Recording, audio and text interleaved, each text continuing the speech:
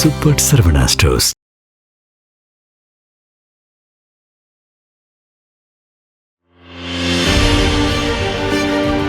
Black and white நேயர்களுக்கு வணக்கம். அரசியல் சூத்திரம் நிகழ்ச்சியில் மூத்த பத்திரிகையாளர் கோட்டீஸ்வரன் நம்முடன் இணைந்திருக்கிறார். வணக்கம் சார். சார் வணக்கம். நேயர்களுக்கு அன்பு வணக்கம்.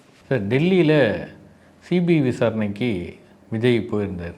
போயிட்டு வெளில வரும்போது அங்கேருந்தே ஒரு ரோட் ஷோ ஆரம்பித்து டெல்லியிலேயே ஒரு பிரச்சார கேம்பெயினை ஸ்டார்ட் பண்ணிட்டாரா விஜய்?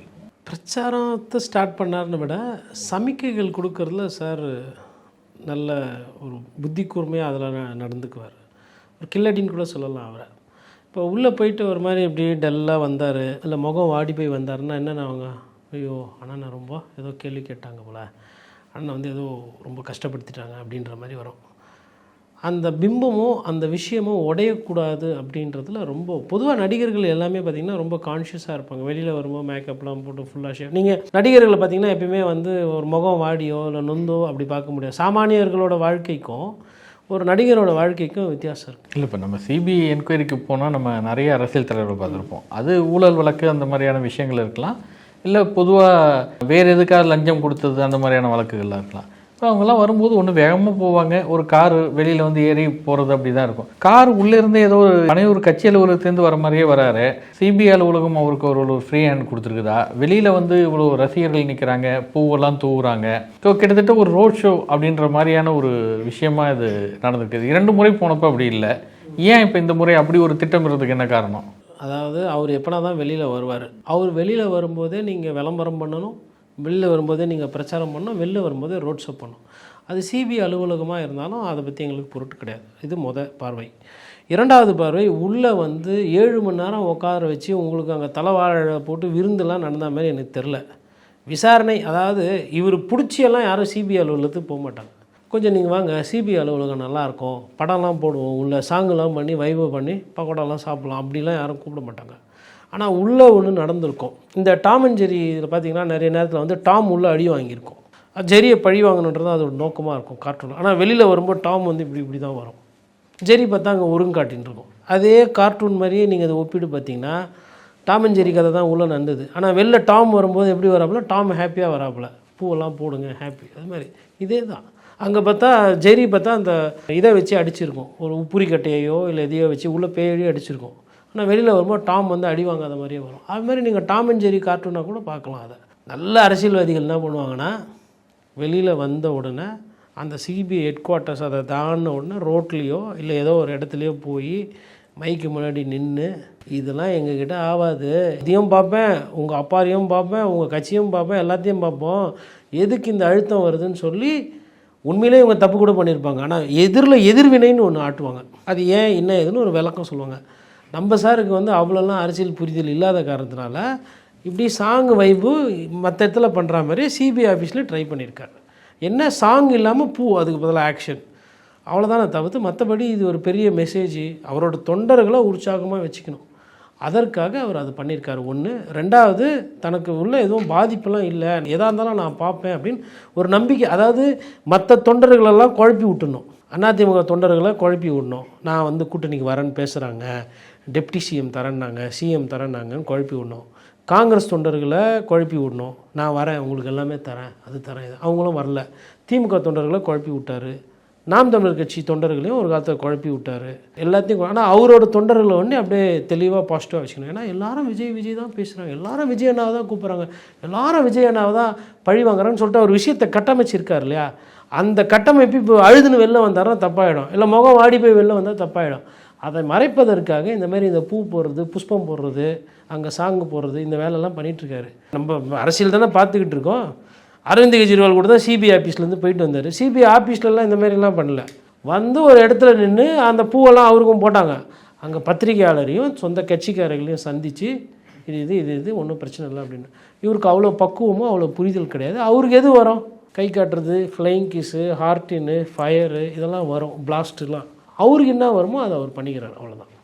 அரசியல் ரீதியாக இன்றைக்கி நிர்மல்குமார் ஒரு பதிவு போட்டிருக்காரு. அதாவது, அதிமுக பாஜகவுடன் நாங்கள் கூட்டணி பேச்சுவார்த்தை நடத்தவே இல்லை, இது வந்து சில ஊடகங்கள் பொய் செய்திகளை திட்டமிட்டு பரப்பிக்கிட்டு வராங்க, அதே மாதிரி சசிகலா ராமதாஸுடன் கூட்டணி பேச்சுவார்த்தை என்பதும் நடைபெறலை, காங்கிரஸுடனும் பேச்சுவார்த்தை நடைபெறவில்லை அப்படின்றது சொல்லியிருக்காரு.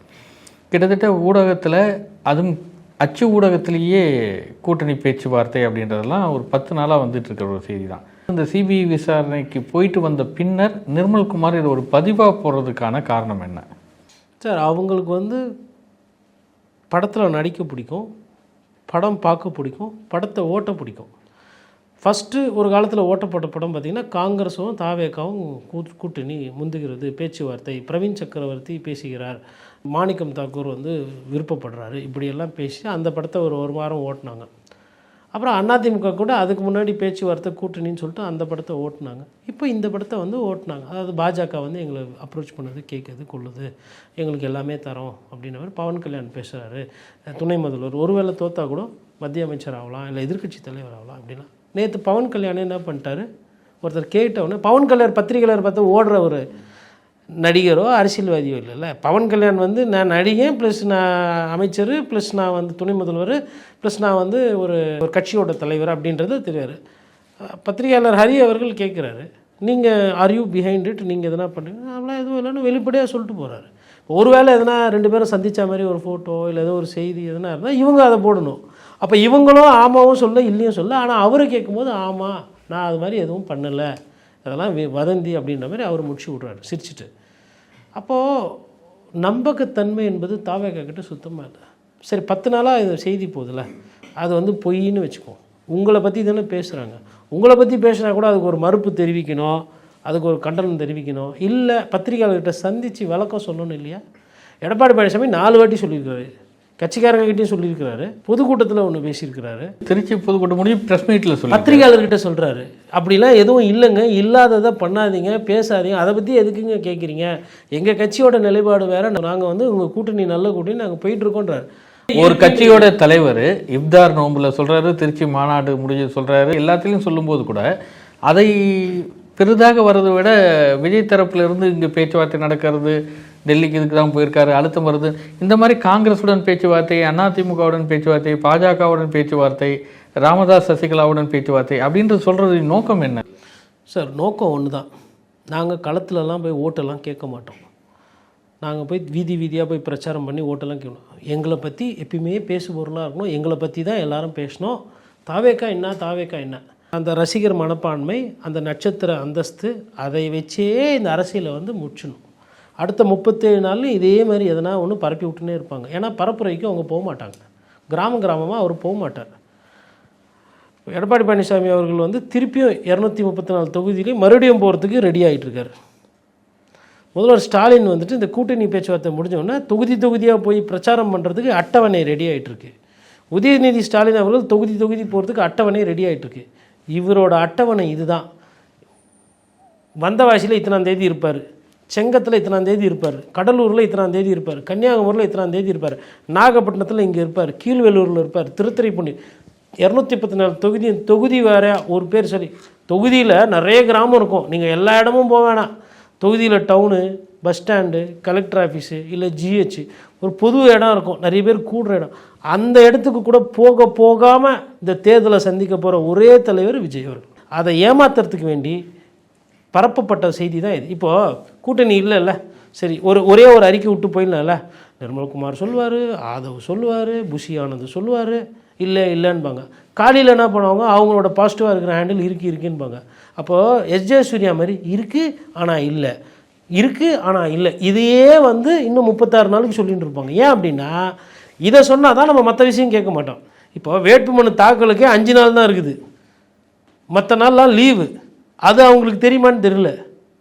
வேட்பாளர் தேர்வு எந்தளவுக்கு முடிச்சிருக்காங்கன்னு தெரியல. இப்போ உடனே கேட்கலாம், திமுகவில் ரெடியா, அதிமுகவில் ரெடியா?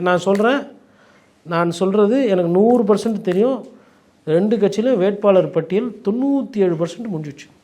அவங்க சொந்த கட்சியில் யார் நிற்கணுன்றது முடிஞ்சு போச்சு. கூட்டணி எந்தெந்த சீட்டு அப்படின்றதுனால தான் இன்னும் வரல. இப்போ இதே பாண்டிச்சேரிக்கும் கேரளாக்கும் தமிழ்நாடுக்கும் சேர்ந்து வந்திருந்ததுன்னா நாளைக்கு வந்து சீட் ஷேரிங் முடிஞ்சுட்டு 3ஆவது நாள் வேட்பாளர் பட்டியல் வந்துட்டுருக்கும். அந்த அளவில் தான் தயாராக இருக்கிறாங்க.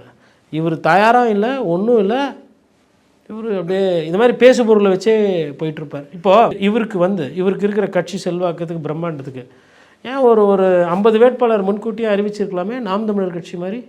இல்லை ஒரு 100 வேட்பாளர் கூட அறிவிக்கலாமே, தனித்து போட்டியிடுவதாக இருந்தால். தனித்து தான். இவர் இதுக்கப்புறம் யார் வருவான்? இவர் வேணா சொல்லிகிட்டு இருப்பார். Sir Edappadi Palaniswami has said no. இதுதான் சொல்கிறாங்க. டெல்லியிலையும் கேட்குறோம், இங்கேயும் கேட்குறோம். பாஜகவில் ஒரு சில நலன் விரும்பிகள் வந்தால் நல்லா இருக்கும்னு சொல்லிட்டு அவங்க முயற்சி பண்ணியிருக்கிறாங்க. அவ்வளோதான தவிர்த்து மற்றபடி கூட்டணி வலுவில்லை. இந்த கூட்டணி போதும், இதை வச்சு ஜெயிக்கலாம். 170 சீட்டுலேருந்து ஒரு 180 சீட்டு ரெட்டலே நிற்க விடுங்க, நான் பார்த்துக்கிறேன் அப்படின்னு அவர் சொல்லப்பட்டதா தகவல்.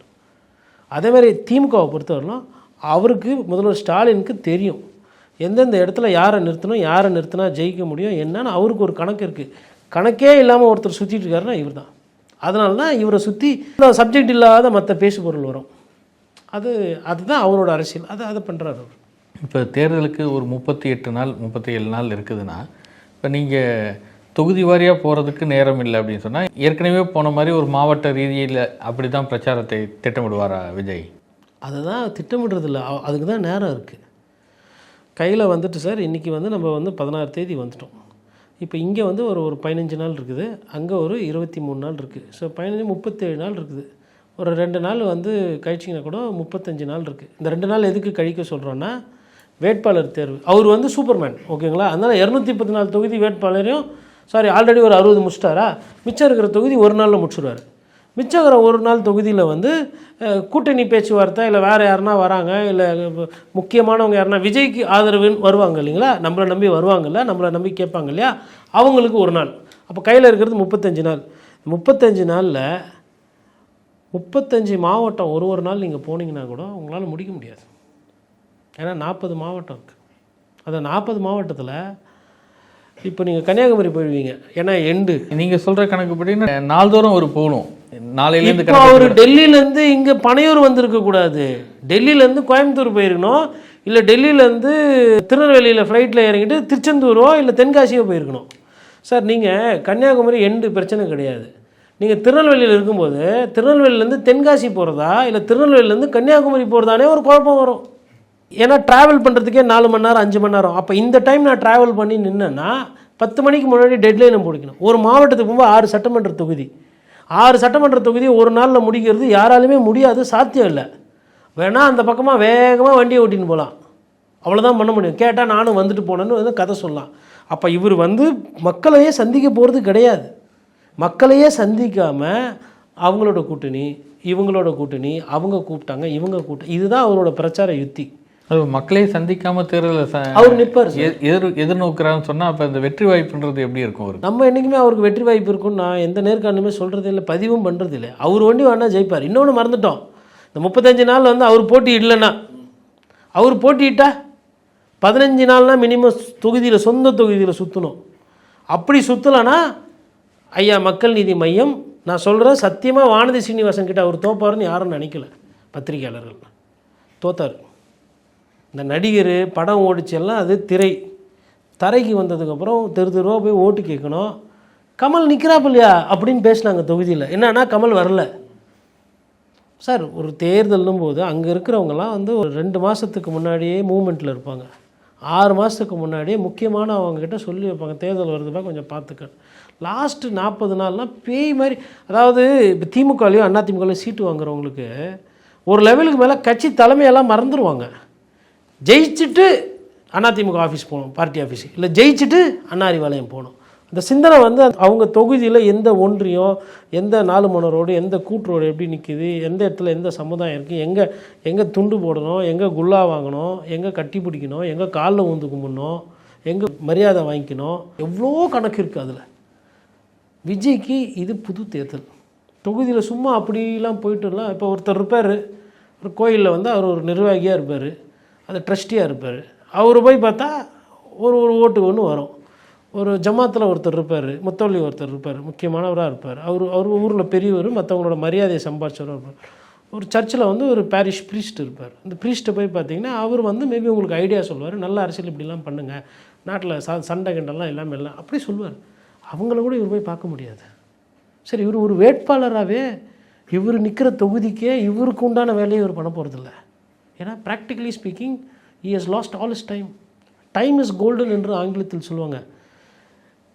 போனால் திருப்பி கிடைக்காத ஒரு விஷயத்தை விஜய் தொலைத்து விட்டார். அந்த விஷயத்துக்கு பேர் நேரம். இப்போது 10 நிமிஷத்துக்கு முன்னாடி நம்ம நேரம் செலவு பண்ணோம். அந்த நேரத்தை உங்களாலேயும் சரி என்னால் தான் செலவு பண்ண முடியும், சம்பாதிக்க முடியாது. பணம் சம்பாதிச்சிக்கலாம். தேர்தல் நேரத்தில் ஒரு அரசியல்வாதிக்கும் பணம் ரொம்ப முக்கியம் இல்லை, நேரம் தான் முக்கியம். அந்த நேரத்தை விஜய் அவர்கள் நிறைய விரயம் பண்ணிட்டார், வேஸ்ட் ஆகிட்டார். இதையுமே நம்ம ஒரு ஃபஸ்ட்லேருந்து சொல்லிகிட்டு இருக்கோம். இனி அவருக்கு இருக்கிற நேரம் 35 நாளில் அவர் சொந்த தொகுதிக்குன்னு ஒரு 15 நாள் வச்சா கூட 20 நாளில் ஒட்டுமொத்த தமிழ்நாடை அவரால் சுற்றி வர முடியாது. அவர் மக்களை சந்திக்க மாட்டார். சொந்த தொகுதியிலே அவர் மக்களை சந்திக்காமல் தான் போட்டியிட போகிறார். நன்றி. நன்றி சார்.